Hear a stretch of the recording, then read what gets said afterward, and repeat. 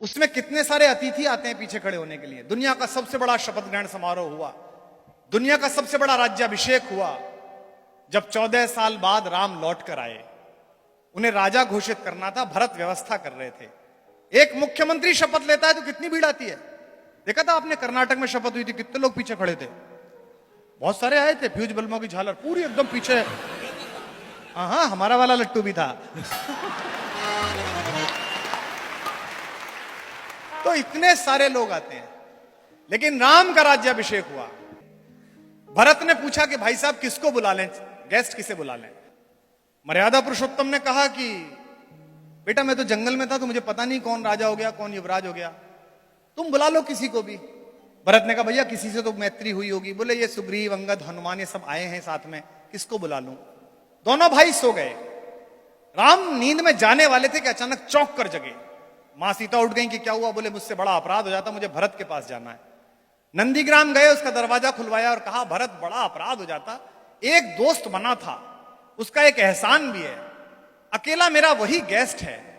और सीरी फोर्ट में जहां बाहर ध्वनियां नहीं जाती, लेकिन अगर ध्वनि किसी रास्ते से जाती हो तो उस तट को पता चले, उस व्यक्ति को पता चले राम के राज्याभिषेक में राम की ओर से जो एकमात्र ऑफिशियल गेस्ट आया था वो व्यक्ति था जिसने उन्हें गंगा पार कराई थी, जिसे केवट के नाम से जानते हैं।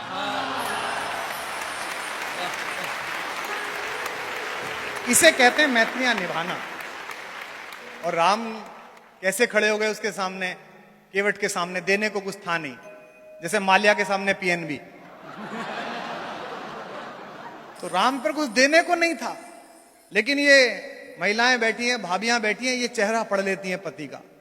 सीता भारतेश्वरी हैं, उन्होंने अपने पति का चेहरा पढ़ लिया और उन्होंने कैसा काम किया जो दुनिया की कोई स्त्री नहीं कर सकती, केवल भारत की महिला कर सकती है अगर पति संकट में हो। इस पर आप तालियां देना। जैसे उन्होंने अपने पति का म्लान मुख देखा, बाबा तुलसी लिखते हैं पिय ही हित सिय जानन हारी। अपने पति के हृदय का हित जानने वाली सीता ने क्या किया, मुदित मगन मणि मुंदरी उतारी, अपनी डायमंड रिंग निकाल के दे दी कि ये दे दो गंगा पार कराने के लिए। इसे कहते हैं त्याग।